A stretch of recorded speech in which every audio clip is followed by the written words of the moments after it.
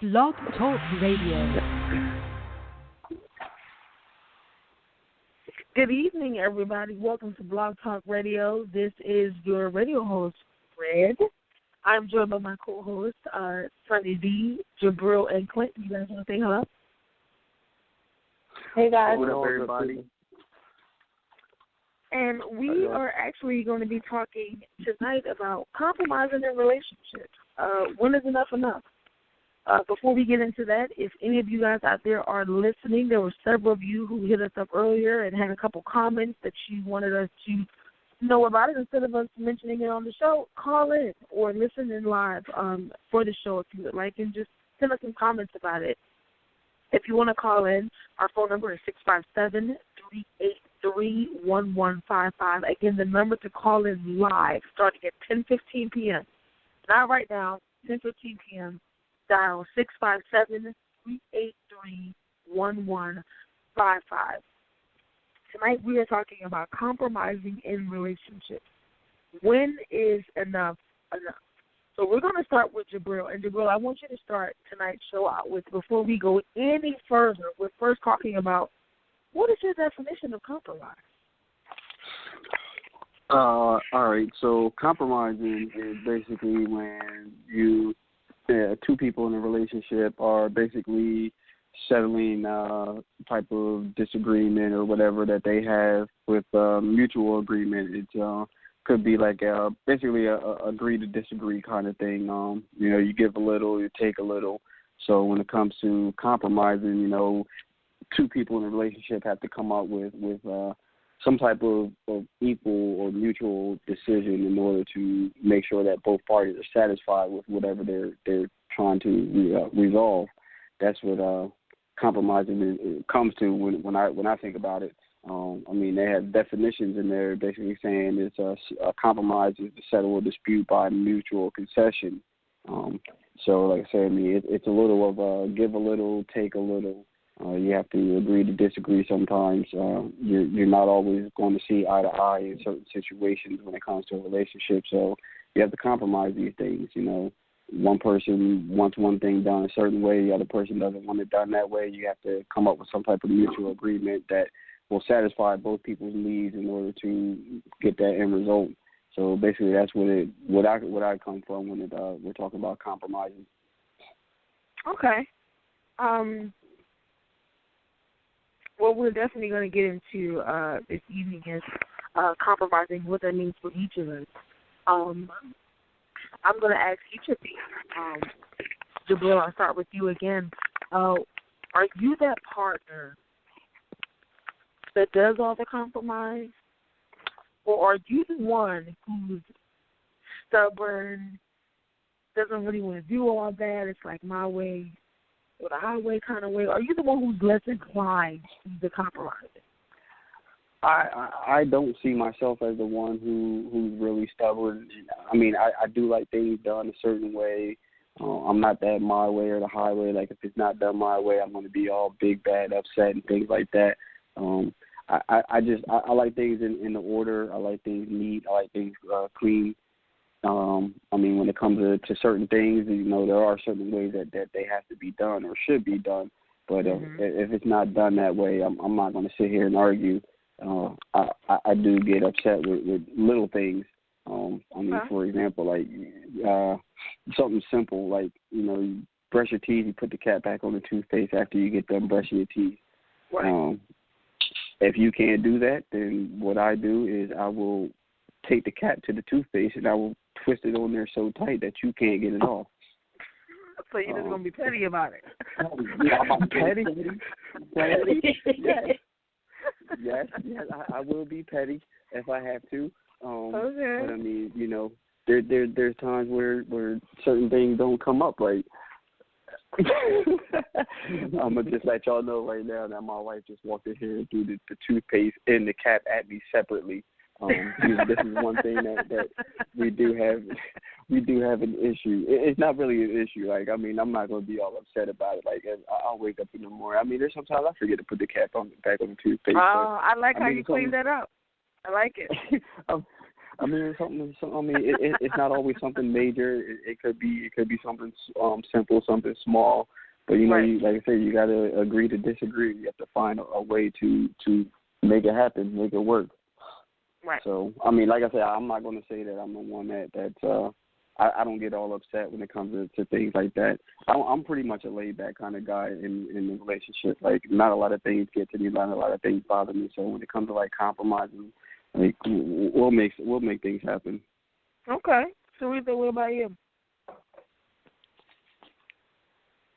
Sarita, what about you? I'm sorry, am I answering both questions or just the one? You're answering the question of if you are the person who compromises or does not compromise in a relationship. I'm absolutely the person that compromises.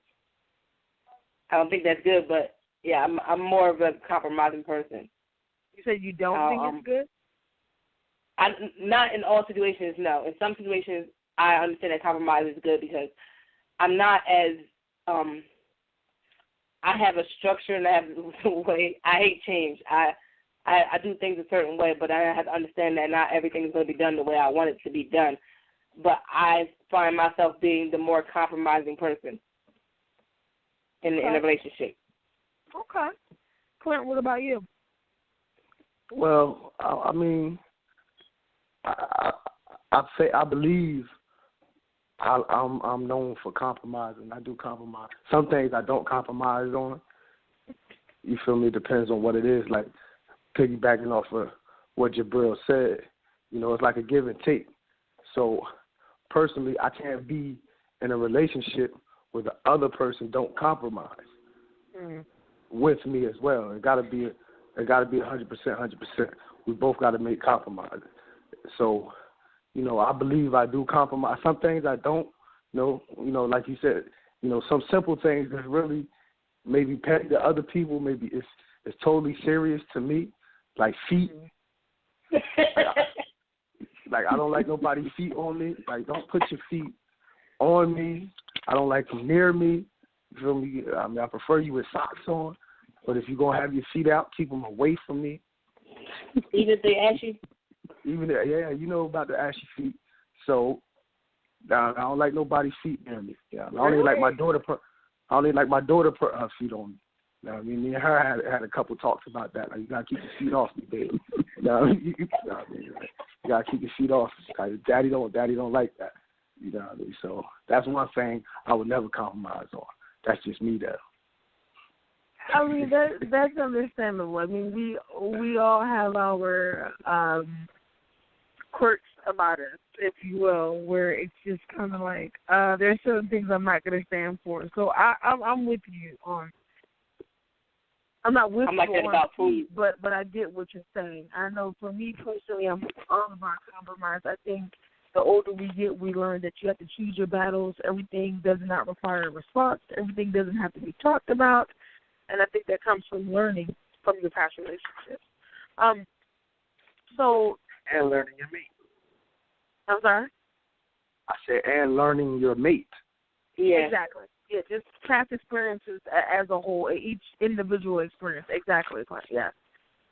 So do you guys think that when you did, well, Clint, I don't know how you're going to answer this because you don't like feet, but find a way to answer it. You know, you guys, if there's ever been a time in your relationship that you have been the person to compromise, in any relationship, in any situation, do you feel like that moment when you compromised, did it help you, or did you feel like it hurt the relationship? I have a couple of, one point where I had to compromise something in the relationship. I mean, there are from old relationships, past relationships. There's people that I used to talk to that, you know, with my wife now, with having her, like, you know, at some points you have to like cut these people off, and I made the compromise, you know, to not deal with these people. They're really not doing anything good for me. They weren't doing anything good, weren't doing anything bad. It's just that, hey, you know, I'm in a relationship with my wife now, so, you know, certain relationships you don't need to carry on anymore. So, I mean, that's where you make a compromise right there. And did it hurt or help? It definitely didn't hurt. If anything, it made things better. I mean, to not have to rely or deal or talk to these people, and if they were bringing bad vibes or good vibes, mostly bad vibes, then you don't want to keep them around and deal with them if your partner isn't 100% on board with you continuing to communicate with these people. Then it definitely helps out the relationship. It keep things civil, keep things balanced. They don't have to worry about you and these other people communicating or talking or things like that. And that's definitely a compromise that not just myself, but a lot of people probably make in their relationships. Right. Teresa, how about you? I've had one in particular that, like, out of all the compromises I made, it was minor things that I'm bullheaded, so I don't like to let go of things that I normally do. But one compromise in particular, most recently, I have a complete issue with. I'm trying to be understanding, but I don't. In this particular compromise, I feel like, in a sense, it's not really telling me not to be myself, but you're trying to. It basically feels like it's a censorship in a certain capacity, which that's as a part of who I am, and I voiced that to my other half. And as frustrating as it is, I'm trying to compromise because I know of the current situation that we're in. I understand how he feels, but I feel like it's an issue for me. It's not something that I wanted to compromise on, but I find myself compromising in a particular thing that I really don't want to compromise on. I'm an easygoing person, but I just feel like this one thing you're asking me is, for me, asking too much. You're basically censoring me, and that's not something I choose. You met me, you know how I am, so it's like a sense of censorship, and that's the biggest compromise that I'm dealing with currently. That I'm still trying to, we still have conversations with me. Okay, cool. How about you? Well, anybody know me. Sometimes, I got a crude sense of humor, and sometimes my language can get real crude as well. So I know the last person I was dealing with really didn't take too well to me cursing and stuff like that. And me personally, I love to curse. I love it. Even though I have an extensive vocabulary, I still love to curse. So, so it was kind of like what Sarita said. I had to censor myself. But a lot of stuff I would want to say, I couldn't say it how I want to say it because I had to be mindful of her reaction or how she would deal with it. You know what I mean? So that was a big, for me, that was a big compromise because basically it was like, I in a way, I couldn't completely be myself. Yeah. You know what I mean? So I had to curtail it a little bit, but I know going forward, so whoever I deal with next, they got to understand. I like to curse. It ain't nothing personal. I ain't really trying to be. Seriously, with me and my friends, we gotta. If people walk up on me here, just me and my close friends talk, they really think y'all crazy. Y'all we about to fight or something. But it's not the case. It's just that's how we talk. That's how we communicate sometimes. In a fun, jovial way. And I like that. To me, that's a stress relief. So if I can't do that with you, that's an issue. Right. Just kind of knowing what you want. Yeah, exactly. Right. I would have to agree with you guys. I think for me, I'm all for a compromise, and that's fairly new for me because I've definitely in my younger years were more of a it's my way or the highway kind of thing. But having grown older, for me, I'm all about compromise. There are some things though I will not compromise with, and I will make that very clear with who I am dating with because I know who I am, I know what I want, I know what I deserve. So there are some things that we as individuals will not bend on that are absolute, and I don't think there's anything wrong with that. There are some things that you have to stand firm on But there are other things you got to be willing to work with. You know, when you have a lot of women who have like this list of everything they want in a man, and I don't know if men have that, but there are some times where you got to curtail some of those things. Some of those things are kind of shallow. You know, there are things that you want, you desire, and what I like to call a difference between a want and a need.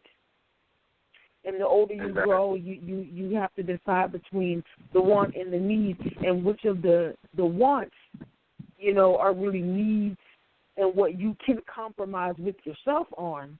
Thus, you'll be able to compromise with being able to meet someone else halfway on what they can offer. So I do agree with you guys on that. So let me ask you guys this. Who do you feel is more likely to compromise? Do you feel men are more likely to compromise, or do you feel like women are more inclined to do so? Jabril. I would probably say that men are more. Bullshit. Yes, really? Because more than likely, it's something in a relationship that the woman doesn't like or wants to change. Not saying that she's controlling or anything, but it's probably something that she would want to change.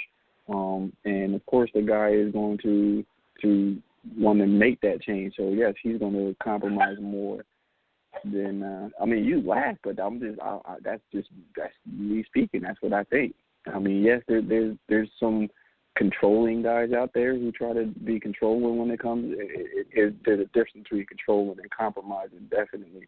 But I mean, there's that controlling guy that wants to do things, and it sounds like a compromise when he presents it, but it's probably not. It's more controlling. But like I say, when a woman says something and the guy has to make that decision, I think guys are more likely to be the one to compromise than a woman is.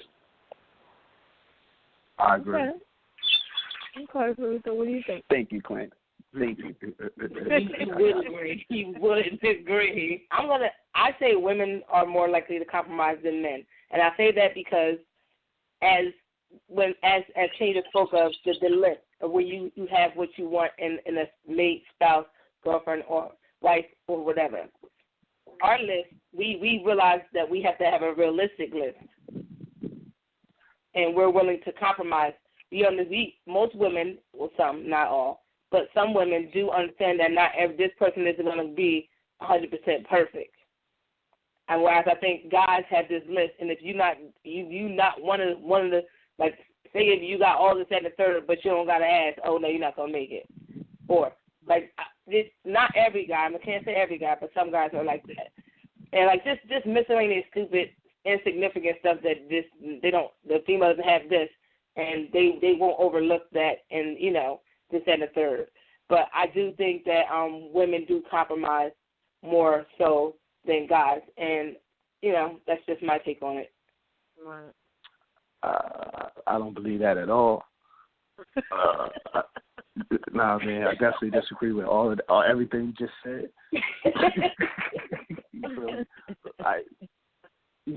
I think men compromise way more than women. You know what I mean? Because men are basic. You feel me? Like we women are more. Y'all more complicated. Like you said, y'all got this extensive list and all this type stuff. Like dudes, we don't got no list. You feel me? Either we rock with you, you cool with us, and we digging you, and we go from there. You know what I mean? It ain't always about she don't got no fat ass or she don't got this, that, the third. Like nah, it ain't that ain't that's physical stuff. You know what I mean? That's shallow stuff. Ain't nobody really care about that when it comes down to a relationship. You know what I mean? You know how many times dudes in relationships do stuff with their partner that they don't want to do? Did you just say feet? You know what I mean? Like, huh? He's getting right there. You stuck on the feet comment? He said feet. I heard feet. I did. You know what I mean? That's part of it. You know what I mean? But, like, going out, doing certain things, that women like to do. On the musicals. Yeah, I mean, like, dudes ain't really all with that.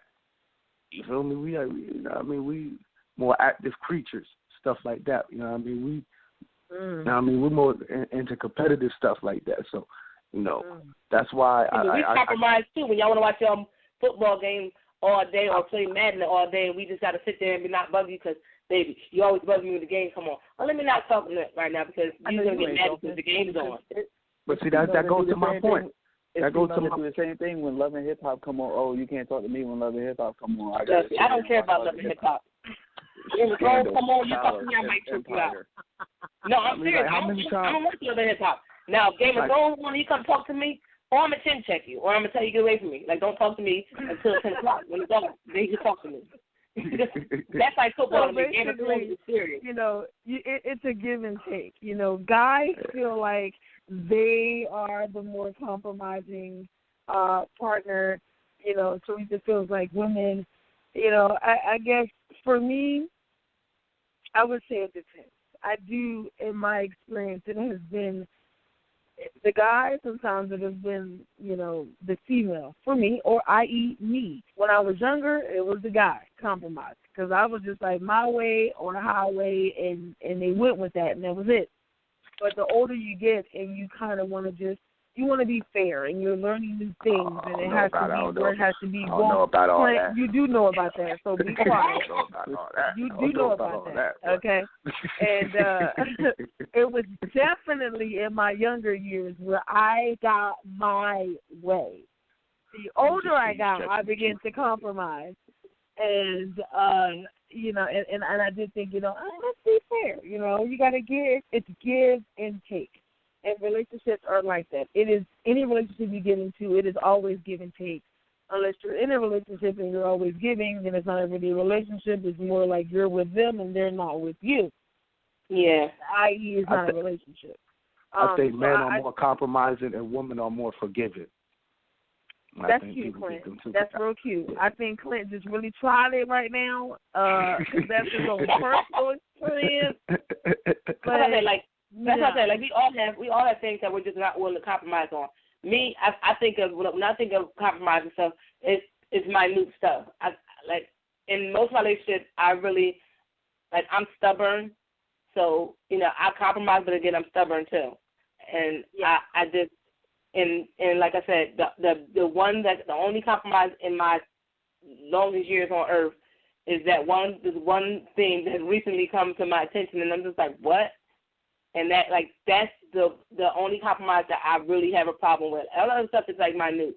It's general stuff, and it's like, okay, that's no sweat, that's easy, whatever. Okay, but like say you compromise too, but I think in my relationship, this current one, I think I compromise more. Not to say that it's a bad thing, but on certain situations, I do think I compromise too much. But on this last one, I really have a problem with it, and I've voiced my opinion and say, you know what, I don't really like this. But I'm trying to be understanding and not be an asshole because I've been called an asshole and that I don't care about people's feelings. Or sometimes I don't really acknowledge that something I'm doing may bother somebody in the way that it's bothering them because I think it's just normal me. But that's like a guy cheating and saying, oh, that's just me. I cheat. What do you mean? I come home to you. Like some people think that way and like it's nothing wrong with it, and it is wrong with it, something wrong with it. But you don't look at it that way. So I try to look at situations. Like, if they did this to me, how would I feel? And then if I want to feel some type of way, okay, you know what, let me be understanding, let me compromise on this position because I wouldn't like it if you did X, Y, Z too. But, like I said, this last one is just like, wow, I don't know if I could do this because I rebel. Right. And that's not good. I think compromise is great in small doses. You know, I think it's necessary to like maybe smooth over a few, you know, rough edges or anything like that. Not to say you just give in. Sometimes, like I said earlier, you got to choose your battles. You know, if you're turning down the TV while the other person's on the phone, no big deal. You know, if you're turning off the TV to get some extra help for like chores or anything like that, that's compromise. Shouldn't be a big deal. Everybody has their own spin on that. And I think for me, the biggest rule for me is to just really choose your battles. everything doesn't need to be talked about. There are some things where it's just nice to give, like you said, Jabril, compromise often is given just common courtesy. Yeah. It ain't really compromising. It's just the common decency or common sense or common courtesy. However you want to look at it, there are some things that one person may look at as, why wouldn't you just do that? And the other person may say, I'm this, or I'm doing this, or I'm doing that, or whatever the case may be. And let's compromise this right here. I mean, I just cooked.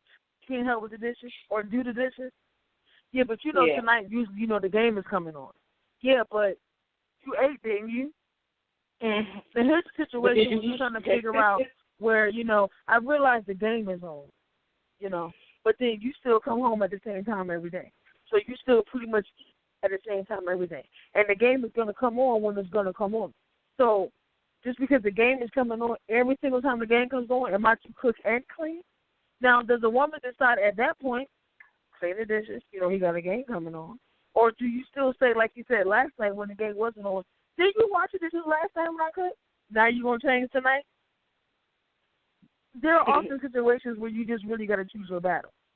Yeah. In a situation where you have to compromise, and that's fine. That's why I suggest that that's why I suggest when some of the situations when you're thinking about compromising, it's kind of good to kind of flip it and see if you felt like how Jabril, his wife, with the friend situation. Okay, so she did the same thing. How would you feel? Okay, now I understand what you're saying. So I need to compromise. Sometimes you got to look at it like that. Right. Mm-hmm. I agree. I mean, do you guys feel like, I know there was a thing earlier when Sharita was speaking and she would say, sometimes, you just kind of do what you need to do for the person just to kind of save face. I mean, do you feel like you're appeasers most of the time? Or are you the firm, I think that's wrong. Like, are you one of those people who, when something's wrong and you speak up? Or do you just kind of let it slide because you're not the confrontational type, if you will? Yeah, see, that would probably be me. Like, I wouldn't say an appeaser, but I don't like confrontation, especially over something small or simple. When it comes to certain things, like, I mean, compromises and can lead to arguments over simple things. I mean, it could be a simple thing, like you say, one person cooks, the other person does dishes.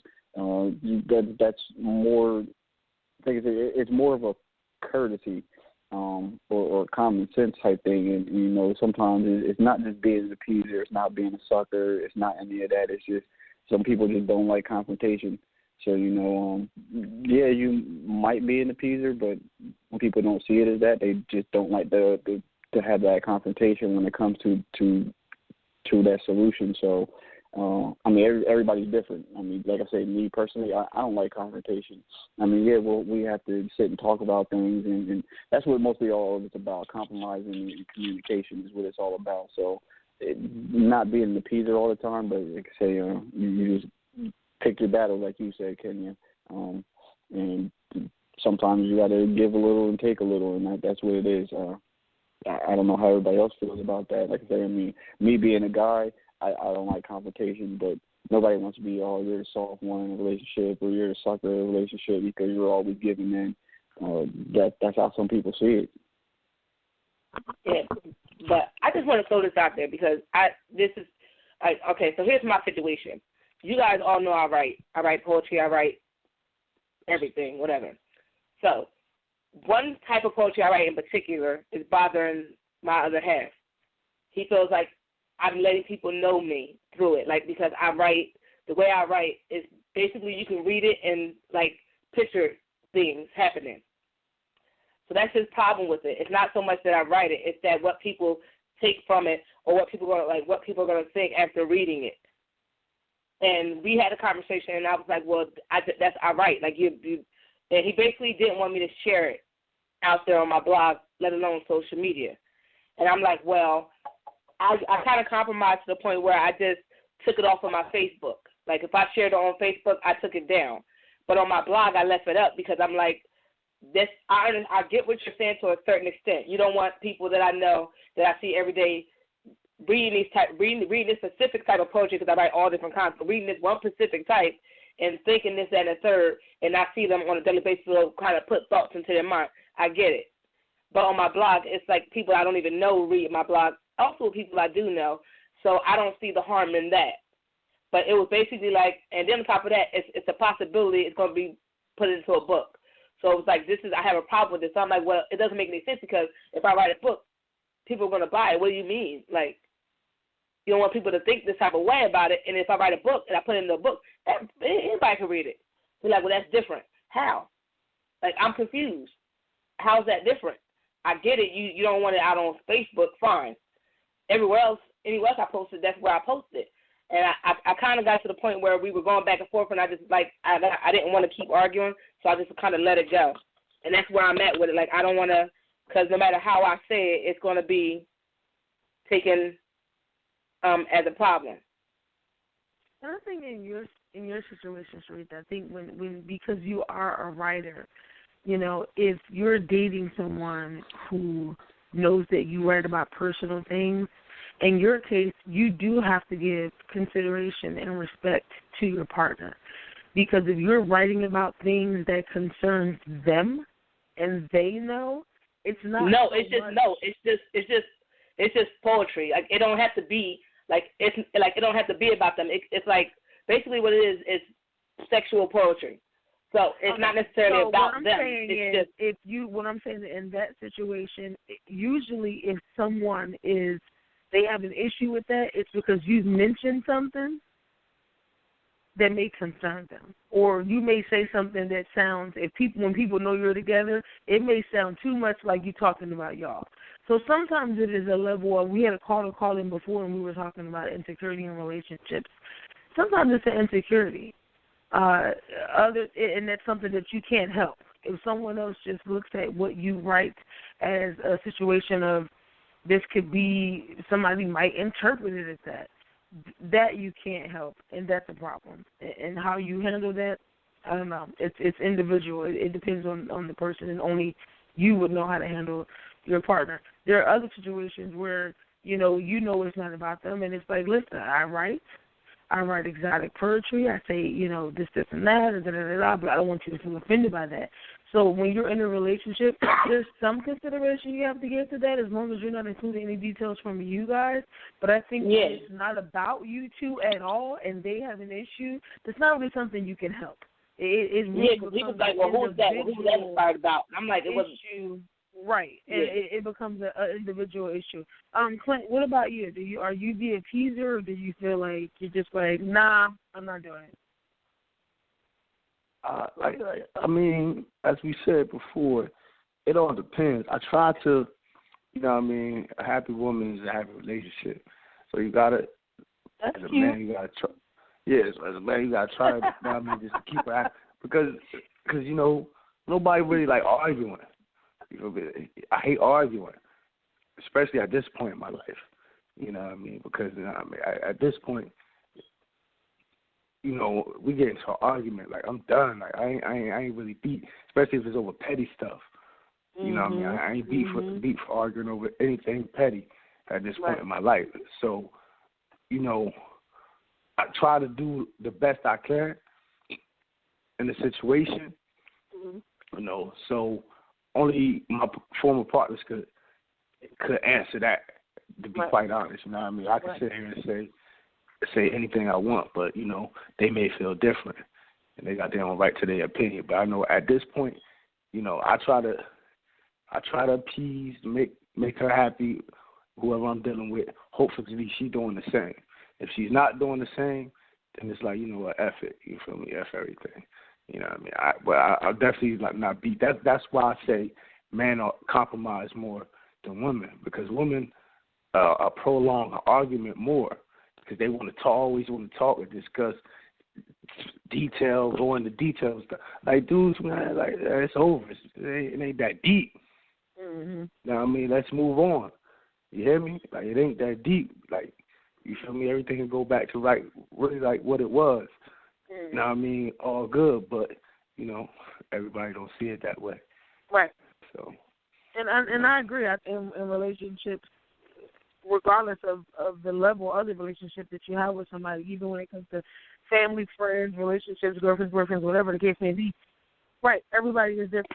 And when you have people in your lives that mean something to you, not just anybody, because you can't do this with everybody, but if it is someone that means something to you, or holds a great deal in a spot in your life, then of course, if something happens, you do want to talk about it, and that may consider some compromising. I have a lot of friends where we don't necessarily see eye to eye, but I respect that because I don't want friends who are always, yes, girl, yes, you should do that, you should do this, you should do that, where they should be like, no, you messed up for that, right?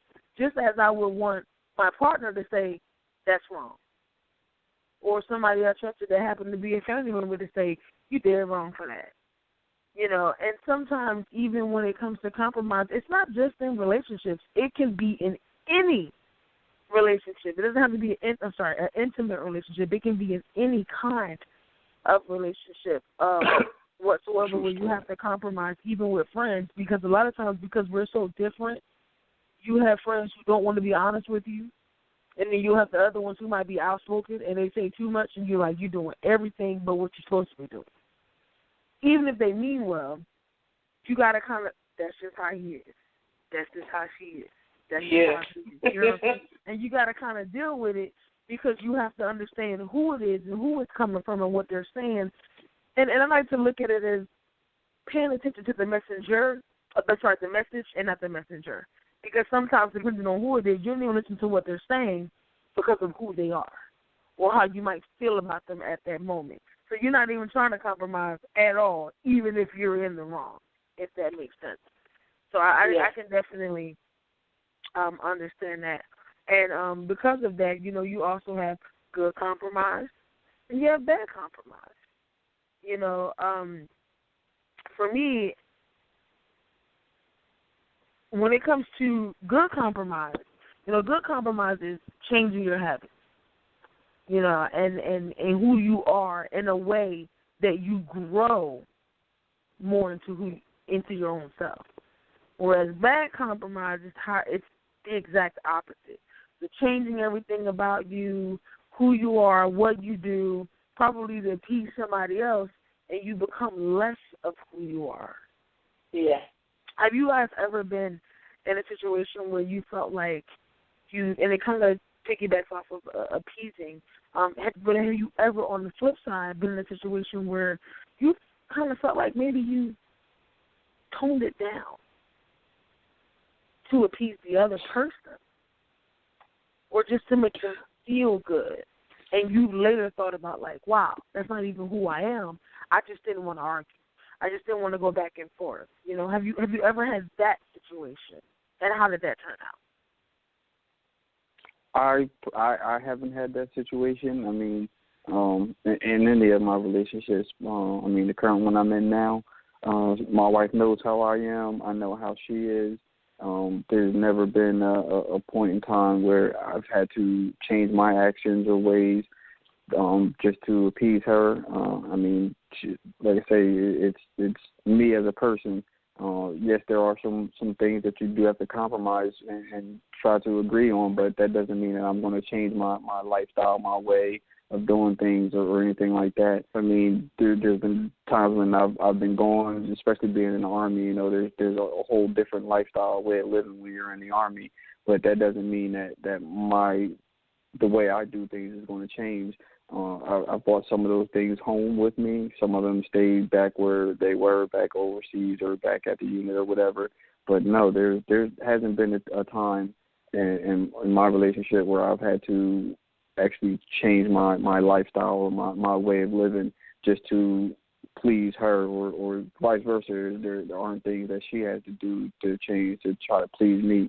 Like you say, there are good compromises and bad compromises, but I haven't had anything as far as that goes.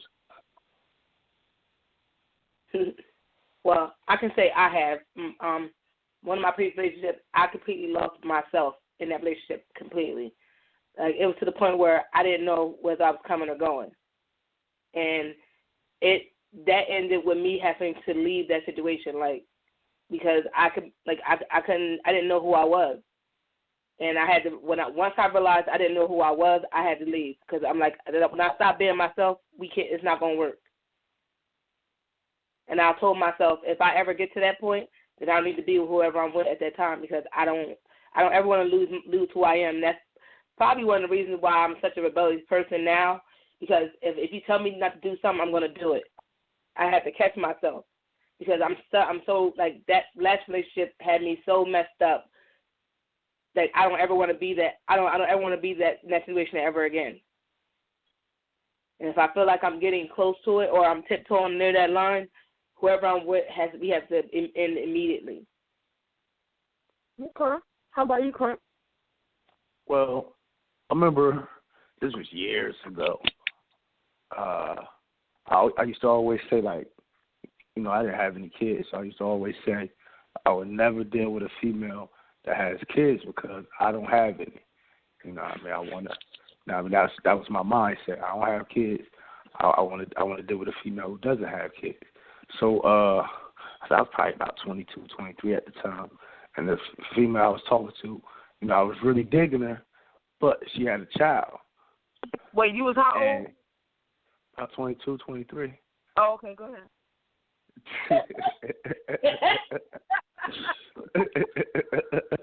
So anyway, I made that compromise, and at the time, I wasn't mentally ready for a child. Like, mentally. I knew I wasn't mentally ready for a child. And then on top of that, I said, what? I knew to add on to that, let's just say, I knew that if me and her was to have a child, at that time, mentally, I don't know how I would look at the child she had previously like mine. That was my mindset then. I was younger, I was immature then. So, like, I really didn't know how I would be able to deal with that. So, even though I was digging her or whatever, like, I couldn't move forward in the relationship because that was like a mental block for me. Even though the relationship started getting deep, I was like, nah, I can't do this. This is not what I want. I made a compromise to get into it, and then I realized, that's not what I want. And this goes back to something that you mentioned earlier, sort of like doing things that make you less of who you are. I always tell people, the old saying, actions speak louder than words. That's really open-ended. That really doesn't say anything because actions really don't speak louder than words. Intent is what matters because, somebody can act a certain way but have the wrong intentions. You could be doing something, like you said, to appease somebody, but you're only maybe only appeasing them for your benefit, right, not actually for the benefit of the relationship.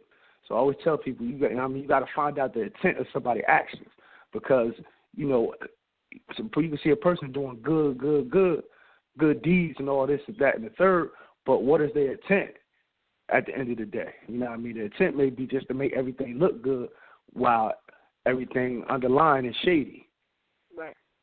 And like you said, that goes across the board in all relationships, with family members, friends, or lovers. Right. Or even kids, even with your kids. How kids play games with their parents too. They try to, act good so they can get a toy or get some money and stuff like that. The action's really not sincere. Right. That's what it comes down to, sincerity. So if the compromise isn't sincere, it really isn't a compromise at all. It's a game. Right. So, people need to distinguish the two immediately when in a relationship. Like, what are your intentions? Your actions is good, but what are your intentions at the end of the day? Right. I agree, and I think another thing to consider when we're talking about relationships is that when we're talking about the word compromise, there's another word that I think of, and that's cooperation. the word compromise within the context of relationships is troublesome because I think it merely just implies that somebody is giving something up. And in cooperation, on the other hand, in my opinion, it strengthens the relationship. You just have to be present in your relationship before you're even able to compromise. And I say that because a lot of times when they're in a relationship of any kind, if that person doesn't mean something to you, if you're not fully invested in that relationship, whatever it is, you're not going to compromise anyway. You already have the mindset of, I'm just going to do what I want to do, it is what it is, oh well, and that's it. You don't even consider the other person. You don't consider how, if you compromise, it could be better. So I think cooperation is is important before you even compromise with somebody. The first thing that we bring to the table in any kind of relationship is ourselves, and along with that is our ego. With our ego is in play, we tend to protect our own interests. We're all doing what we want to do, what we're willing to do. And I know for me personally, I've had to say to certain people, there's a difference in, what you are doing, what you have done, and what you're willing to do. And a lot of times people say, I've done all I can do. I can't do any more. And I've asked them, but have you done everything? Or have you done what you were willing to do? And that's when your ego comes into play. Because there are some things that people do that they're not willing. I'm not chasing you. I'm not about to go do this. I'm not going through hoops. They do all of that. But sometimes you may need to go the extra mile to save that relationship. And if it doesn't save it, at least you have then done everything that you can do. So for me, I think there's a difference. Now, I don't think that this is out of some misguided bit of narcissist would do that, as it probably, appears. But I think it's more of a survival instinct, that keeps us bound to our own self-interest, if that makes any sense. If there are people out there who are listening, if you are the person who does tend to be narcissistic, I think some of that might stem from maybe interjection of socialization, ethnic trajectory, and a host of other factors. And what I mean by that is, you guys are simply used to doing what you're doing. And again, like I said, you're only willing to do what you're willing to do and nothing more. When you're willing to do that, that's just your natural. It doesn't come off as anything more. It's predictable. Your partner says, oh, I know Jabrill's going to do this. Watch I say this and Clint going to hit me off with da-da-da-da-da. Because now they know exactly what you're going to say. Sarita's going to become the person who's just, she's not going to have it. If I come in there and say X, Y, and Z, she's going to hit me with A, B, and C. And probably D, because that's just what she do. I think it's also imperative that we also have to be transparent. If you're prepared to say the words or ask the question to somebody else, you have to be prepared to answer it.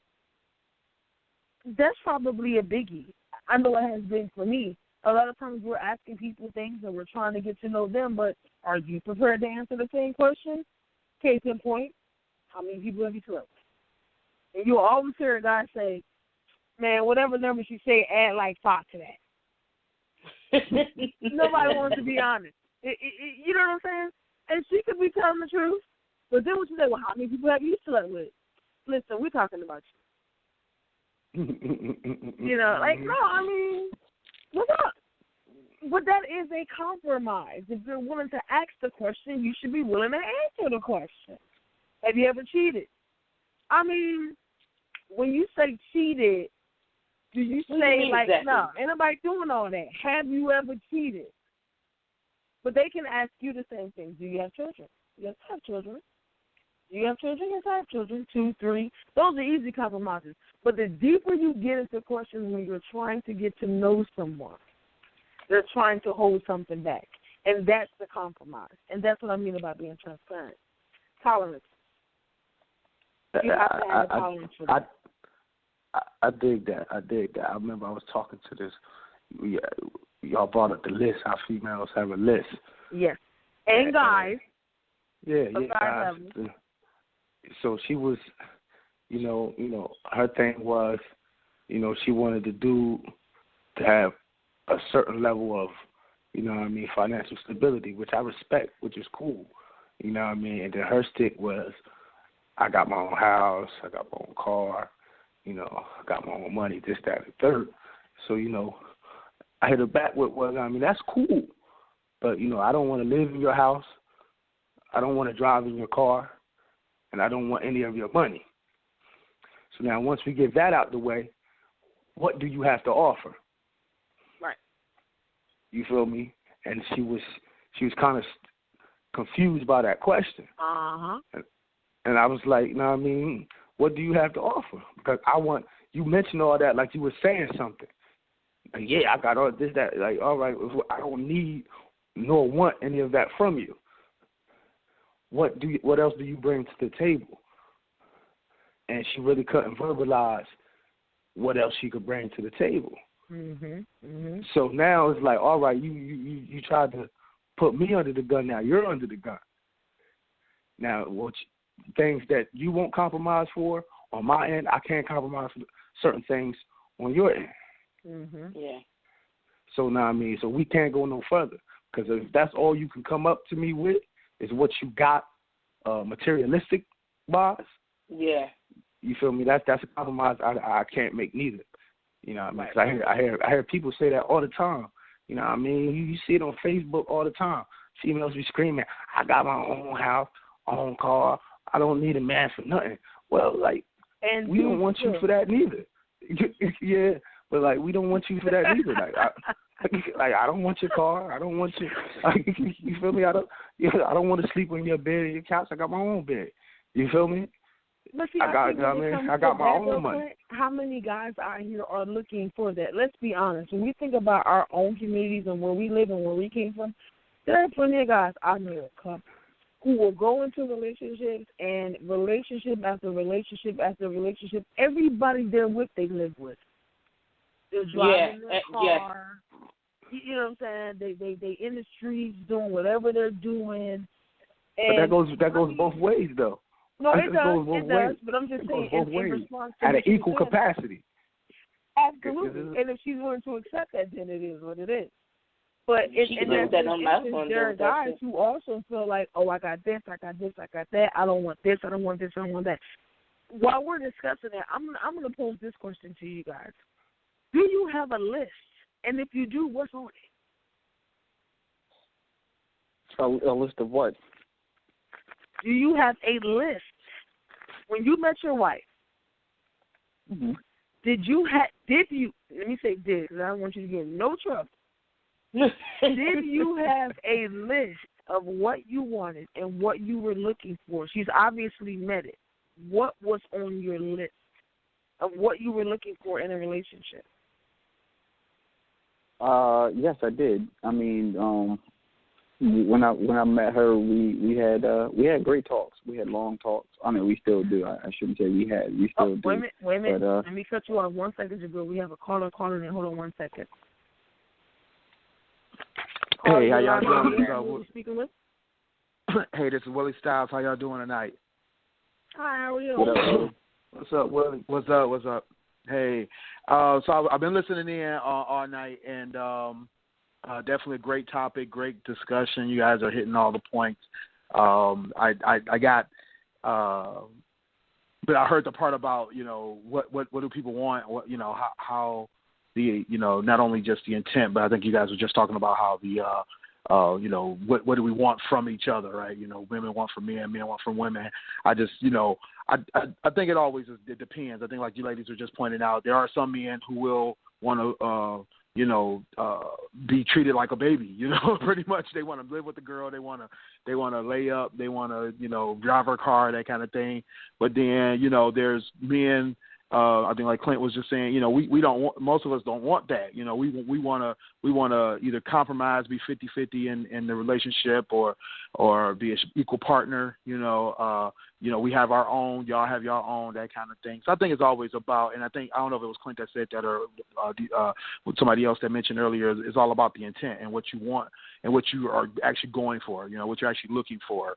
So I think it always depends, I know people who don't want, somebody to be trying to take care of them. I know women who don't want a man to take care of them. They want a man to support them emotionally, or they want a man to support them in a loving relationship. It has nothing to do with money or finances, that kind of thing. So I always think it just depends on who you're dealing with, and you got to kind of get to the bottom of that with that person. If it's truly just emotional or love or whatever, that kind of support, or if it's financial. So I think it always depends.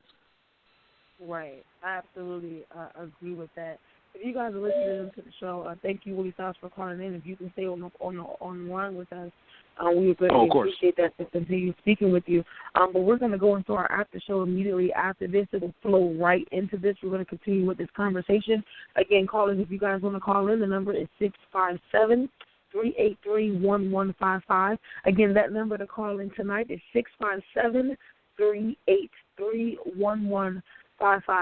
And Jabril, again, what did you have on that list, and what was it that your wife next? And Willie's probably going to come to you because I also want you to answer that question too. But go ahead, Jabril. When we first got together, we had some good talks. As far as like what our goals and plans were, school, life, family. Things like that, what we were trying to do for each other to make each other better, what we had already had done and accomplished, things like that. She basically helped me through a lot of things. I was able to do a lot with her help. She definitely was there for me when I started in the Army, going away, deployments, things like that. So my list consisted of just somebody who was able to help me become a better person. She's definitely done that. I've helped her become a better person as far as like education, school, work, raising a family. I had 2 kids from a prior relationship. She has a kid from a prior relationship. So we were just able to come together on that. It's like I say, everybody's grown now. We're all adults, and you're not looking for that. I just want to lay back and chill and sit up in the house and lay up in the house and just be with you. Like, no, you're older now, so you have a whole lot more to go for. Goals that you need to set and meet. And basically, we've set some goals. We've met some of them. We're still working toward other ones, but that's just some of the things that were on my list when it came to my wife right now. Sharitha, what about you? What's on your list? You said me? Yeah, what's on your list? My list is just, I think mine's in general. I just think whatever I have, you should have. Whatever I have, you should have too. As far as, like, the breakdown of the list, you have to have, like with me, I'm silly. You have to have a sense of humor. You have to be able to, like, deal with me. You also have to be able to be a type of person that's going to be a positive person in my kid's life. Like, you can't just come in here and date me like we're a package deal. I'm not asking you to be their father, but if you're going to be in their life, you need to be doing something positive with yourself. I want somebody that's going to make me better, as well as me making them better. And I want somebody that's going to push me to do more, not be content with just the normal everyday, I work, you work, we're functioning. I want somebody that's going to push me to do more. And, like, we going to kind of not really build the brand, but build the brand. Well, we could build the brand too, but, somebody got a drive that's willing, that's want to do something, not just do average folk stuff, work and nonsense like that. Of course, be faithful and things of that nature, But those are like my things is love my kids like they were your own, and let's do something better than what everybody else is doing. Okay. Clint, what about you? I don't have a list of what I want. I have a list because I have a list of what I don't want. I ain't gonna limit. Because I ain't gonna limit myself to saying what I want where I could meet a female who could bring something to the table that I couldn't foresee and open me up to a whole different world. You dig me? So I can't just so prolific. write down a list. Oh, look at you. That's that writer talk right there. Yeah. So like I really can't write. I really can't say what I know what I don't want. I don't want disloyalty, dishonesty. You know, I don't like to argue over petty things. I don't like shallowness. You know, those are like the major things. I'm real big on loyalty, though. You know, that I guess I could say that to be on my list. I guess because from personal experience, you know, going back with my grandfather and my grandmother on my dad's side, you know, my grandmother got sick. You know, my grandfather stuck by her side every day. You feel me? You know, every day to the end. And then fast forward, when my dad got sick, his wife, you know, my dad died young at 42. His wife was younger than him. His wife stuck with him all the way to the end. You know, we always talk about, you know, people sticking with you when things get bad. And most times, most people think money situation, financial situations. You know what I mean? But it can get deeper than that. Right. You know what I mean? Because you can always make money back, but you can't get time back. You can't get life back. You know what I mean? So if somebody, you know, you got to be, if say one of y'all in a relationship, say Jabril married, you feel me? And Jabril gets sick or get seriously injured, you know, and he can't function the same. You know, will his wife still be there? I'm pretty sure she will. She will. Now, I mean, I'm just using him as an example. But, you know, that's what I want. That's what I need. Right. You know, somebody that's going to stick through it through the end, through all them type rough times. You feel me? In my mind, I feel like I'm ambitious. I'm a go-getter. You know, I mean, I don't like to sit still.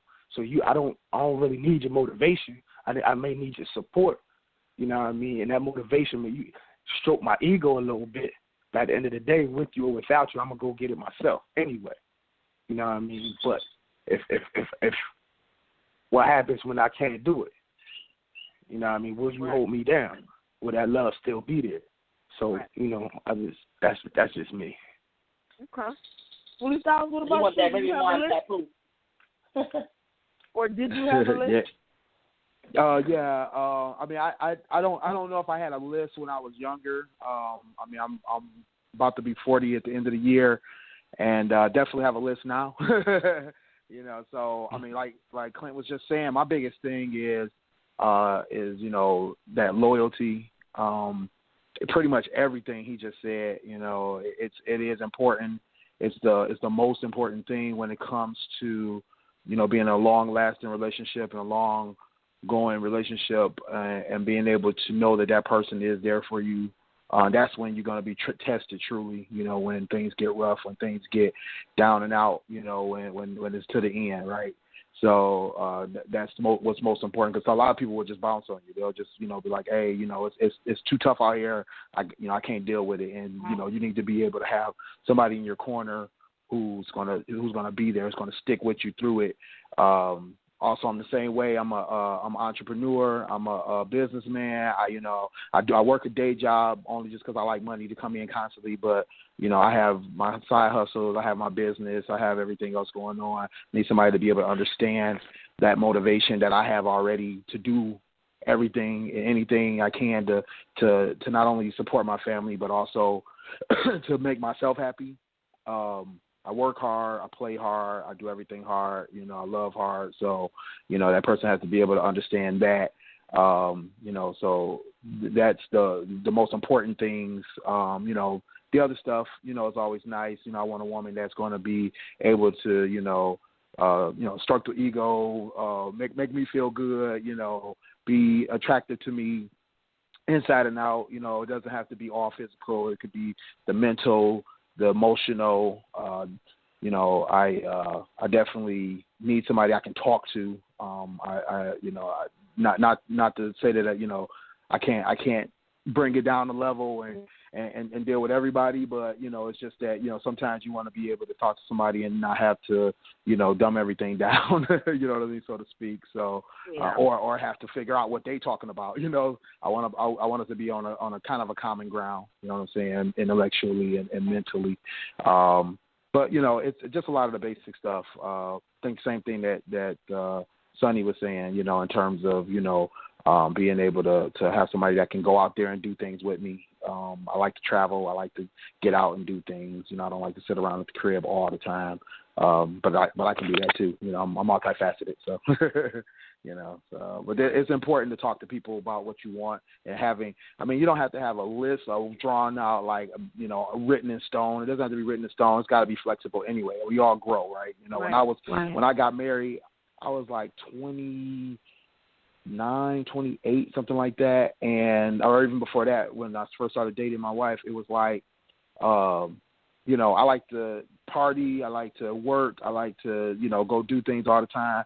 Now that I'm, you know, 39, I'm like, I party still, but I don't party every day. Lately, I kind of am, but I don't party every day. But you know. Yeah. Exactly. Yeah. You know, I need some chill time. I need, you know, and then also, you know, after growing up, you know, I don't like to be in certain situations or scenarios and that I used to be in when I was younger. You know what I mean? I mean, we can say it. We all from the hood. I don't like to be in the hood. There's some growth with that, and I would agree with that. I think we were talking about that definitely in the beginning of the show. But there has to be some growth there, and again, a little bit of give and take. I know for me, when it comes to a list, I had one, and I had a big one. I had a long one. And then I threw it all out. And I have one thing on my list at this point, and it is only that whoever it is I'm destined to be with, that he has a relationship with God.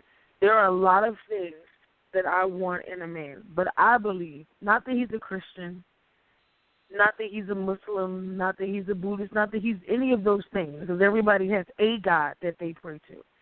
But when you have a relationship with God, all of those things will fall into place. So I've literally felt like taking away that list and not having it has opened me up to just being into. There are a lot of things on the list that you want, but there are certain things that you need. And the older you grow, as Willie was saying, you know, the older we get, there are some things that come off that list, and there are some things that you don't really, you know, that you don't really need. It was more of a want. And the older you get, those needs matter more than those wants. And when you find somebody who you think might be it, you know, and for me, I feel as long as he has that relationship, everything else that I need will turn into wants. And things will work out in that way. I know for me, my list was extremely shallow. It was like, he got to be this tall. He got to make this amount of money. I don't want to see him driving in a car that was like X amount of years old. I mean, it was terrible. I mean, it was ridiculous. I mean, when I thought about it, I'm like, dang, seriously, you going to come with all of that? But in the same token, it wasn't that I was sitting at this table not being able to eat by myself. I mean, soon I will have my 4th degree. You know, I'm able to compromise in a relationship, as we're talking about tonight. I don't have children, but I want them.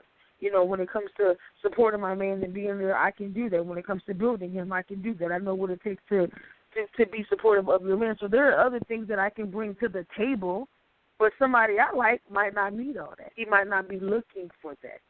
So I think it's important when we're having this conversation that, you know, whoever it is you're dating, you have to know what they're looking for. It doesn't mean that if they're not looking for what you want to offer or what you have to offer, that you're not a good enough person. It just means that you're not the person for them, and that's okay. But we've all had a list, and that's why I emphasize that. Go ahead. I do want to add one thing. Feet is on my list. You know what, Clint? I can't with you. Listen. I'm sorry. I just wanted to throw that in there. Really? Feet is on my list. I'm telling you, I don't care what you got. How good you going?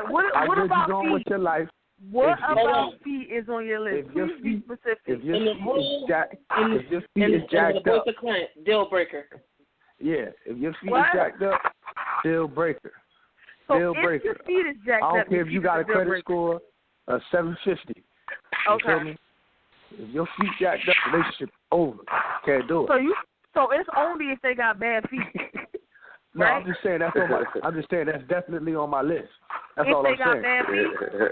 Yeah, they got bad feet. Deal breaker. We can't do nothing. So, we can't move so forward. it's not that you have a problem with feet. It's if they got bad feet. Yeah, exactly. Okay, I'm just glad you cleared that up because if you would have said the opposite, I was gonna correct you and be like, but you like, I'm gonna go with that. Teresa, was you adding something there? No, I said, I was saying the words of Clint. I hear you. Oh, okay. I want to be sure. Yeah, don't throw shade. In his feet, I can't. No, I was about to say just kind of touching on Clint's point about that. You know, not about the feet. I don't know about it, but my big thing is, or what I was trying to mention was that he got me cracking up over here. Was sometimes you do got to have something. You know, certain things.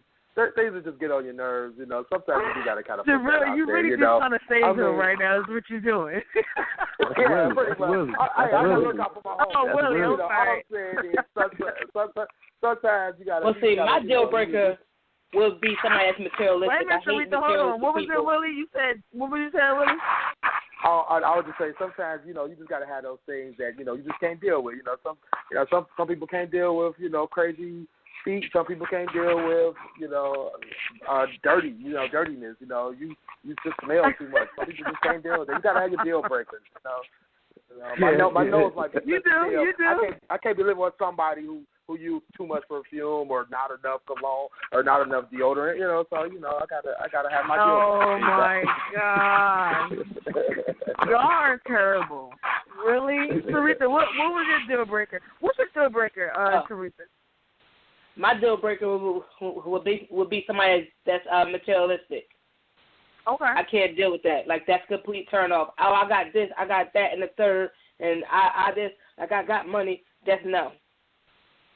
Or I got this, I buy this, I buy that. No, that's like a complete turn off, straight deal breaker. But that's not materialistic if they actually have it. Well, no, it's materialistic if you always care about everything you got. Everything you, like, if you can tell me that I just bought this, I got this TV, I got this, that, a third, or I got this, and it's like, I just bought like this, it's too much. Huh? You mean no, like something that they bought? I'm just saying, like, they care more about their materialistic things than anything else. Like, if you talking about, if you have a conversation, you talking about your car all day, like, really, dude? Yeah. Like, that's too much. I know people like that. I bought this TV, that got this. Like, come on, dude, I'm not going to talk about that on no damn date. What if they just excited they ain't never had a new car and they just excited? I don't want to hear that. That's not a date conversation. I don't want to be on the phone with 12 o'clock at night talk about a damn iPhone that you just bought. I just bought the iPhone. I paid full price for it too. Like, shut up. Yeah, I know what you mean. I brought home $600 worth of clothes. Like, you don't get out of here. Some people just take it too far. They just, you know, they pretty much brag too much. They constantly bragging about what they got, what they doing, how they doing it. You know, they got to make themselves, they got to pump themselves up. Like if I'm already pumped up about you can't pump me up about you. So it's you know, sometimes it's too much. I don't know. Y'all sound a little bit insecure. Y'all like borderline insecure right here. I don't know about that. No, that's not. They're a deal breaker, Jabril? They're insecure. No, but I have to brag about themselves. You said the who? You say you agree with Teresa? Okay, it sounded like somebody was doing like a scratch off or something like that. I didn't know what that noise was. Clint, do you have a deal breaker? He said feet. Yeah, I told you that's my deal breaker. Oh, yours was the feet. Okay, I'm sorry. I apologize. I mean, if we want to get, you know what I mean, like that's, I know that's the shallow inside of me, but it's really deep too.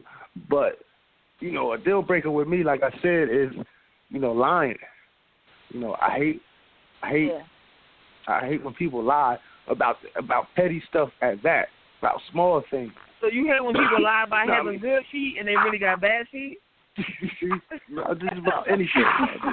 You will be like, you know what I mean? Like I don't like liars. You know, liars really get to me.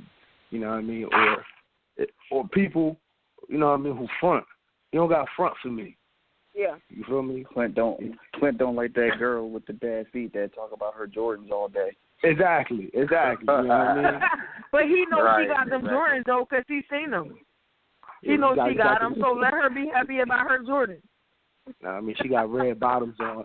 She got red bottoms on, but her toes look like claws and stuff. You know? You're terrible. You're terrible.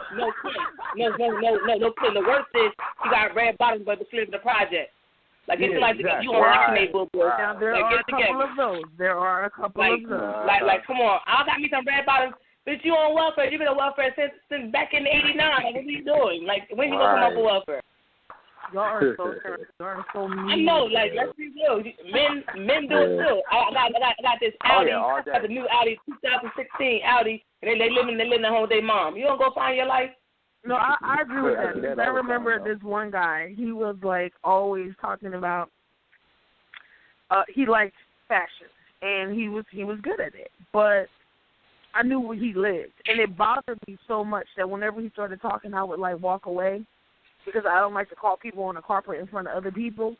But it was like, you know, you buy the things that you buy, and you talk about. I mean, because I don't like when somebody who's what I call a label whore talks about other people and what they wear when I know you stealing it, when I know you writing bad checks to get it, and when I know your rent is $6.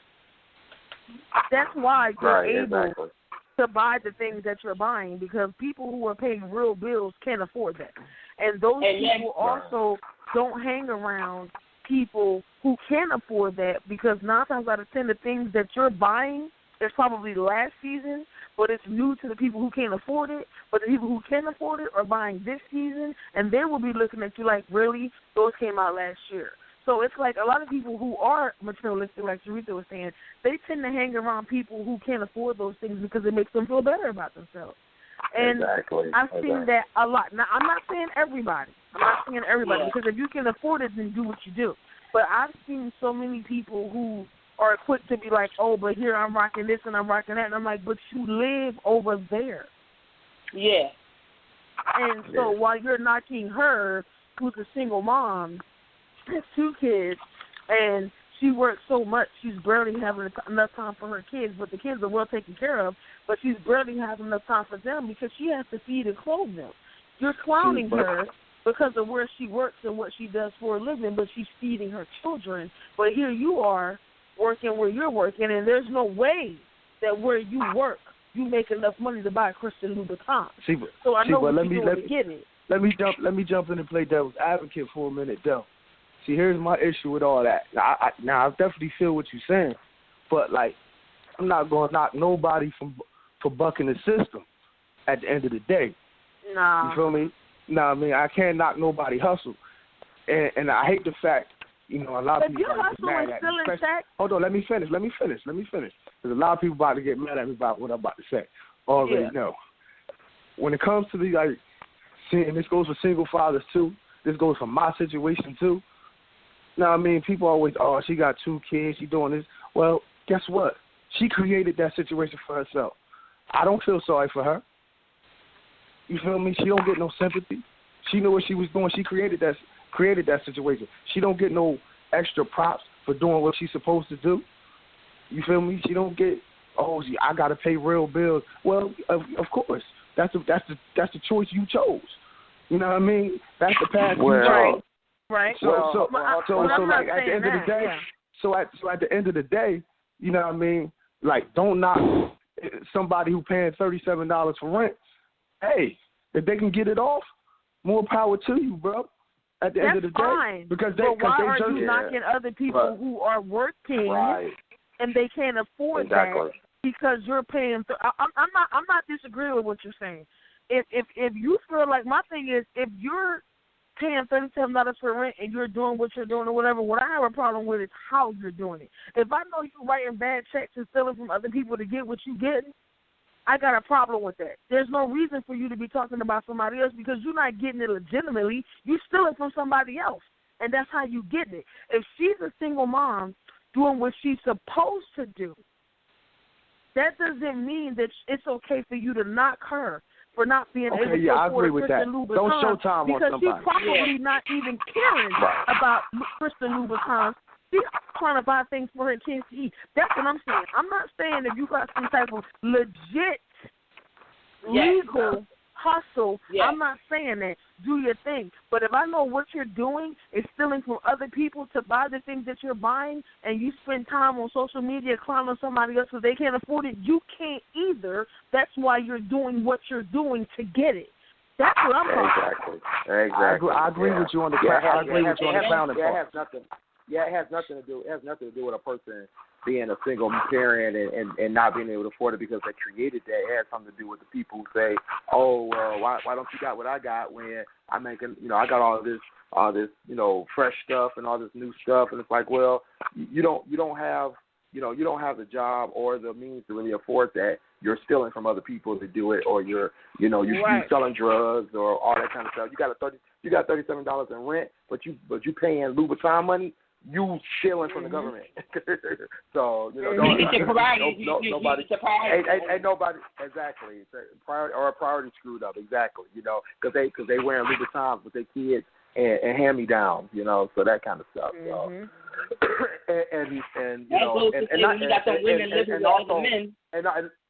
And also not everybody creates their situations. I mean, I know a mother of 4 right now, single mother, working hard, trying to take care of her kids. She didn't create that situation. Her husband died. She ended up in the situation. Yeah, it's unfortunate that she has to be there now, but it's something that she didn't create. You know what I mean? Not everybody creates the situations you see. You don't know everybody's story. You know what I'm saying? You don't know everybody's past. So we also can't judge them by that, by what we see, from the top level. Not everybody created the situation they're in. Some people get forced into the situation they have to deal with now. And I hear you. I hear you on that. But see, like I play devil's advocate again. You feel me? Like, she may not have created that situation per se of her husband dying, but in that situation, you know what I mean, you still have to take that into account. And I say that, but like I said, my father died young. My grandmother died young. So I understand how a single parent, my dad had 4 kids. You feel me? His widow had to take care of them. You feel me? My mom had 5 on her own. You know what I mean? So at the end of the day, they may not have, wanted those results that came with it. But in another way, they did create that situation and didn't prepare for it. You know what I mean? I'm not saying they're at fault. You feel me? But, like at the same time, like I can't, all that single parent stuff, this, that, and the third, we should feel sorry for the single parent. Like, I don't rock with that completely. Most single parents don't want you to feel bad for them. That's not the point of what they're doing. The point is that we can't. I'm not saying the parent. I'm not saying they. I'm not saying they are. I'm saying when other people make that argument for them. Like, I don't want to hear somebody else make that argument for them. Yeah. Like, don't make that argument for them. That's an invalid argument to me. You know what I mean? That's an invalid argument. You know what I mean? Now, like you said, your friend. I won't say it's invalid. I just say I would say it's not everybody's situation. It's not everybody's struggle, right? You can't say it's invalid when a person ends up in something. I mean, that's like saying everybody's the same. We're not all on the same playing field. We're not all in the same situation. We're not all playing. True. Playing the same moves on the board. You know what I mean? We all have different paths that got us to our situation. So you never can say somebody's situation is invalid because somebody else's was the wrong way they got there. You can never say that. Not the situation. The argument. Well, the argument. It's not even an argument. I'm talking about somebody else. Somebody else making that argument for somebody else. Like, you know what I mean? I'd rather hear that argument from that person. From them. Yeah, but I don't think anybody's making that argument. It's just an example of that. If you have, I know for me, the only one who mentioned single mothers was myself, and it's not me making an argument for them. That's just merely an example because I've seen that so many times. I understand what you were saying. Yeah, and I just wanted to play devil's advocate. I definitely agree. No, I 100% agree with you. I think that someone in that situation should make that argument. I agree. It's not even coming from a hypothetical standpoint. just haven't seen it a lot, I'm just kind of like, why? Why are you? And a lot of times it comes from people who aren't even parents. So it's like you don't even know what they're going through, so you can't make that statement. Just like someone who isn't a single parent can't make an argument for someone who's a single parent. I mean, you can kind of go off of what you see. I can go off of what I see. I'm not a single parent. You know what I'm saying? I can go off of what I see. But, yeah, Clint, I agree with that. I mean, it's something that my viewpoint was much different than someone who's actually going through it. So I certainly agree with you on that because everybody's situation is different. So I agree with you on that, definitely. Yeah. I definitely agree. And I agree with y'all. I just wanted to play devil's advocate for a second. Yeah, absolutely. But we definitely this was a awesome show. Before we wrap things up, I definitely want to make sure that we are continuing to encourage any of you who have not registered to vote in your areas. We have a lot of callers from, a lot of listeners, from a lot of different areas. We greatly appreciate that. So we can't post on our website where you are to go in each of those areas because we be doing it for every 50 states, for all the 50 states, So you guys know that you should be going to the Board of Elections Department in your selected states to make sure you are registered. It's not something you have to do repeatedly unless you're moving around. Once you're registered, you are registered. You should be voting. If you're watching the debate that's going on right now, it's extremely imperative. Please don't sleep on the fact that you guys don't think a certain person won't get voted for a certain reason. I won't mention any names because I don't want to sound like I am being selective. What I will say is whichever party you are involved with, please make sure you are registered properly. Make sure you vote. It is your right. You are obligated to do so, whether it's in a local election. I know you guys have one coming up soon in Trenton. We have one coming up soon here in Maryland. But the presidential election is coming up. And so we all need to be voting for that. Also, before we leave, April is tomorrow, literally in 33 minutes. And I say that to say we have a lot of walks that are coming up. Myself, I have a walk that's coming up. We're going to be doing it in Hamilton, New Jersey. You guys are listening out there. You're going to be tapping into that walk. That's awesome. We all have a reason to walk, whether you know somebody personally, whether you're going through it, or just because it's a disease that's affecting a lot of people in our communities, and we need to help raise money for that.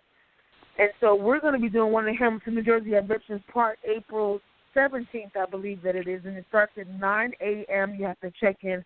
I personally have a team. It's called the Red Mile. I'm walking for someone near and dear to me. I'm not going to mention their name because it's fairly new to them, and they don't want us to do that. So I've named the team the Red Mile. Red as in me, R-E-D-D Mile, because I'm doing this for them, and I'm going to walk this out to the end. We do have a link that we're going to post on the website. You can reach myself on Twitter at Red, R-E-D-D, Raven609. Jabril, you can reach them at Dayro on Instagram, Twitter, Facebook, anything you're looking for. Sunny, you can reach her on Twitter at I am Sunny D. I am underscore Sunny D.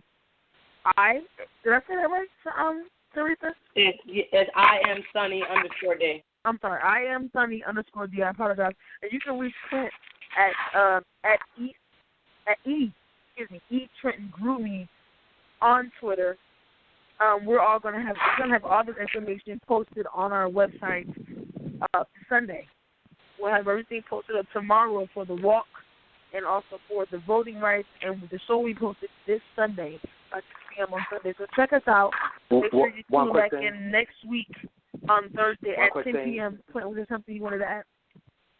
This is Willie Childs. Just one quick thing I just want to throw out there. You can go on canivote.org. It's canivote.org for a listing of polling places. Every state registration thing is there, and it'll help you get registered. We'll actually put that up on our website. Yeah, we'll put that up on our website, Willie. Thank you so much for that. Sarita, make sure get the information from Willie, we'll put that up on the website. Willie just gave us the website where it'll actually give you guys everywhere you are. It'll tell you exactly where you need to vote. So we'll see you guys on next Thursday, same place, same time at 10 p.m. Thank you guys all for listening. Good night. Good night. Good night.